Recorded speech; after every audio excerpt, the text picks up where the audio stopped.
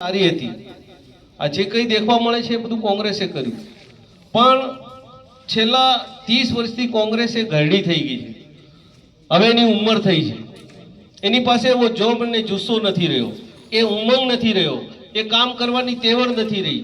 કોંગ્રેસના મોટાભાગના નેતાઓ મરી ગયા છે, કાં તો અત્યારે પથારીવશ છે, અત્યારે કામ કરવાની શક્તિમાં નથી। અને એટલે કોંગ્રેસ પછી આ સત્તા પર ભાજપ આવી। 30 વર્ષથી ભાજપને આપણે સત્તા પર જોઈ રહ્યા છે। મારે તમને એમ કહેવું છે કે એકની એક સરકાર 30 વર્ષ સુધી સત્તા પર હોય તો એ સરકાર મટીને ભગવાન બની જાય। કોઈ પણ માણસ પાસે વારંવાર સત્તા આમ લાંબો સમય સુધી સત્તા પર આવે માણસ, તો એ માણસ નહીં રહે। પછી એ પોતાને શહેનશાહ સમજવા માંડે, પોતાને બહુ સમજવા માંડે અને પ્રજાને ગુલામ સમજવા માંડે। એવું કંઈ ભાજપે પણ કર્યું। ભાજપ 30 વર્ષથી હારતી નથી, અથવા એ સત્તા ઉપર છે, એટલે સામાન્ય જનતાને જનતા તરીકે સ્વીકારતી નથી। આજે તમે ગામમાં જાઓ, પોલીસ સ્ટેશને જાઓ, મામલતદાર કચેરીમાં જાઓ, અથવા તમે કોઈ પણ જગ્યાએ કંઈ પણ કામ કરાવવા જાઓ તો ભાજપનો એક એજન્ટ ત્યાં બેઠેલો જોવા મળશે તમને। એ વચ્ચેની દલાલી કરતો હશે, એ કંઈ કામ કરી આપવાના બદલામાં આપણી પાસે કંઈક પૈસા માંગતો હશે, અથવા કંઈક ને કંઈક ડખા કરતો હશે। અને એ ભાજપના જે નેતાઓ છે એ હવે દાદાગીરીની પણ પરાકાષ્ઠાએ વટી ગયા છે। દાદાગીરીમાં એટલા બધા નીકળી ગયા છે કે એની કોઈ સીમા નથી। એટલે પ્રકૃતિનો નિયમ છે કે ઝાડ પણ વર્ષમાં એકવાર પાંદડા બદલે। તમે જોશો તો ઝાડ વર્ષમાં એકવાર પોતાનું પાંદડું બદલીને નવું રૂપ ધારણ કરે। આપણે તો સરકાર લઈને બેઠા છે, સરકાર કમસે કમ 5 વર્ષ એને આપો, 5 વર્ષ પછી એ સરકારને બદલ દેવી જોઈએ। અને મેં કીધું એમ, ઝાડ તો પાંદડા બદલે, પણ પાણી, વહેતું પાણી રાખવું પડે। પાણી જો એક ને એક જગ્યાએ બંધાયેલું રહે તો પાણી પણ ગંધ મારવા માંડે।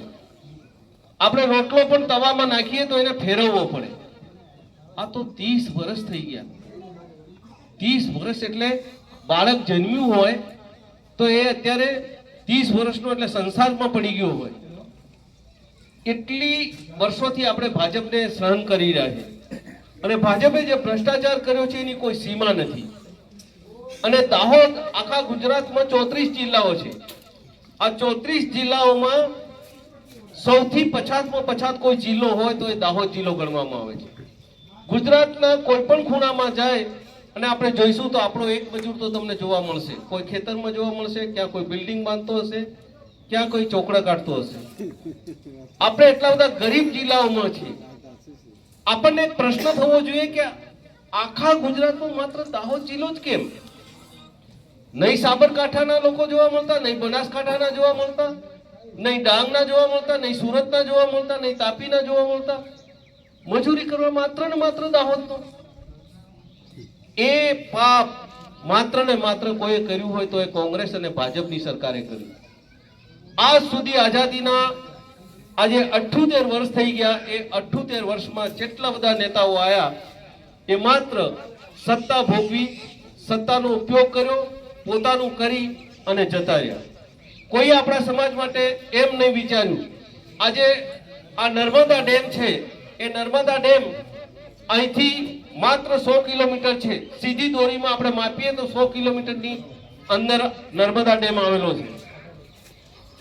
દાહોદ અને પંચમહાલને ટાળીને આખા ગુજરાતને પાણી આપવામાં આવે છે। 700 કિલોમીટર કચ્છ આવેલું છે, કચ્છમાં પાણી જાય છે, રાજસ્થાનમાં પાણી જાય છે, મહારાષ્ટ્રમાં પાણી જાય છે। માત્ર દાહોદ જિલ્લાને ટાળી દેવામાં આવે। કેમ? તો એનું એક કારણ છે કે દાહોદ જિલ્લો સુખી થઈ જાય, દાહોદના છોકરાઓ ભણતા થઈ જાય, દાહોદના લોકો પૈસાવાળા થઈ જાય તો આ ગુજરાતના રસ્તાઓ કોણ બાંધે? ગુજરાતના બિલ્ડિંગો કોણ બનાવે? અને એટલે આયોજન પૂર્વક આપણા નેતાઓ બોલતા નથી, વિધાનસભામાં જાય, આંગળી ઊંચી કરે અને પાછા આવતા રહે. આજ સુધી કોઈ નેર આવવા દીધી નથી આપણે ત્યાં. આપણે ત્યાં સ્કૂલોના ઠેકાણા નથી, આપણે ત્યાં આરોગ્યના ઠેકાણા નથી, આપણે ત્યાં રોડ અને રસ્તાના ઠેકાણા નથી.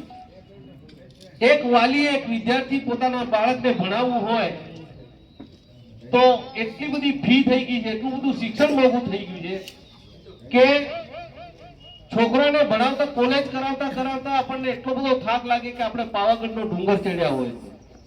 એ તો હું એક છોકરાની વાત કરું. વાલી એક છોકરાને ભણાવતા એને દમ આવી જાય. જો એક ઘરમાં 3 છોકરા હોય તો એની આખી જિંદગી છોકરો ભણાવવામાં જતી રહે. અને એમાં પાછું દુઃખની વાત એ કે માની લો કે કોલેજ પૂરી પણ કરી નાખે, પણ કોલેજ પૂરી થયા પછી નોકરી નથી મળતી. નોકરી કેમ નથી મળતી?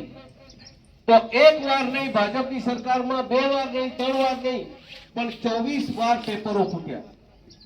24 વાર પેપર ફૂટે એટલે તમે વિચાર કરો કે જે છોકરું ભણતું હોય ને એને બિચારાને ભણવામાંથી મૂળ જ જતું રહે, ભણવાનું જ છોડી દે. કારણ કે આપણે એક ફસલ કરી, આપણી ફસલ 4 મહિનાએ ફસલ થઈ જતી હોય છે. આપણી એક છોકરાની ફસલ 6 મહિનાની હોય કાં તો વર્ષની હોય. છોકરું 6 મહિના મહેનત કરે અને પેપર ફૂટી જાય, ફેર મહેનત કરે ને ફરી પેપર ફૂટી જાય, ફેર મહેનત કરે ને ફેર પેપર ફૂટી જાય, કોઈ છોકરું ભણવામાંથી ઉઠી જાય. આપણે 4 મહિનાની મહેનત કરીએ અને માવઠું કેમ પડી જાય, હવે તૈયાર થઈ ગયું અને માવઠું પડી જાય તો આપણું કુદરત આપણને જો રૂઠે ને ફસલ બગડી જાય તો આપણે નિરાશ થઈ જઈએ. 1 વાર બગડે તો ઠીક છે, 2 વાર બગડે તો ઠીક છે, 3 વાર બગડે તો એમ જ થાય કે એના કરતા તો હું હવે ખેતી જ છોડી દઉં તો સારું. કારણ કે 3 વાર મારી મહેનત પર પાણી ફરી વળ્યું.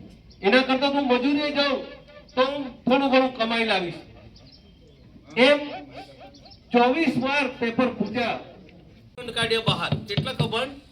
6 કૌભાંડ કાઢ્યા. એમાંનું પહેલું કૌભાંડ કાઢ્યું.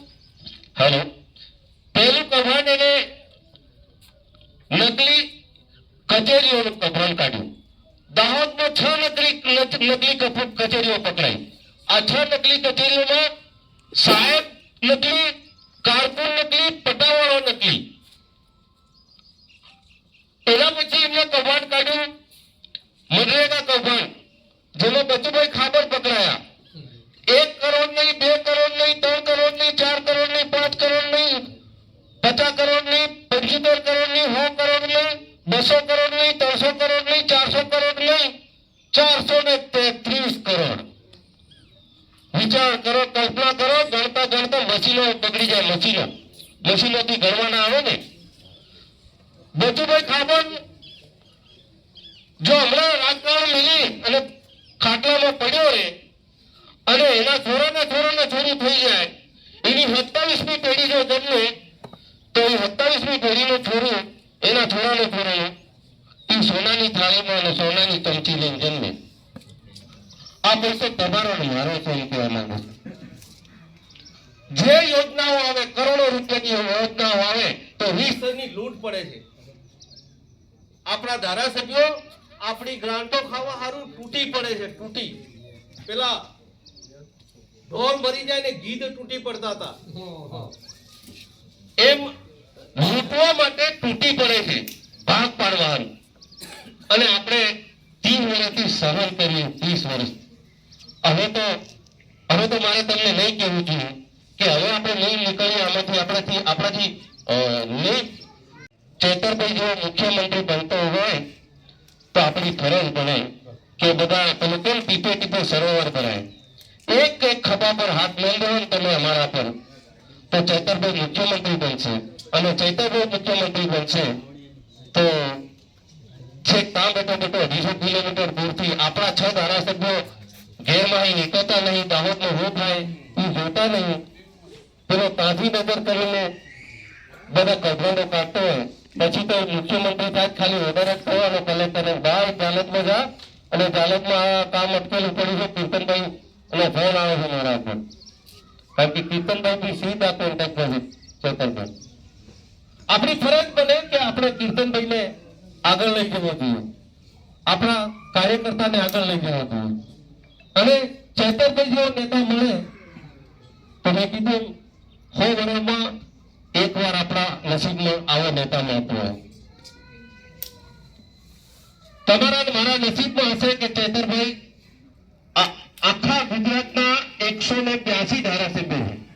આ 182 ધારાસભ્યોમાં જો સૌથી સરકાર કોઈના ધારાસભ્યથી ડરતો હોય તો એ કોણ છે? ચેતરભાઈ વસાવાથી ડરે છે.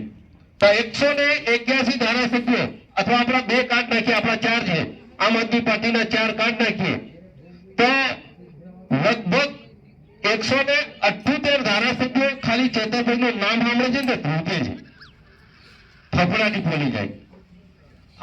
આવા માણસને આપણે વોટ નહીં કરીએ તો કોને કરીએ? તમારી મારી ફરજ છે. લક્ષ્મી ચાંદલો કરવા આવે તો આપણા બાપ દાદા મોઢું ધોવાઈ ગયા હતા એટલે ભૂલે પડ્યા હતા. હવે એવી ભૂલ નહીં કરતા. લક્ષ્મી ચાંદલો કરવા તો નથી આવવાની, પણ આ રીતે લક્ષ્મી આવે છે. આપણા ઘરે એક સારો નેતા આવતો હોય, ભણેલો નેતા આવતો હોય. અને આ રાજકારણમાં મેં કીધું જ છે કે હું આ રાજકારણ મારો કોઈ વિષય નથી. મારે 3 લાખ રૂપિયાનો પગાર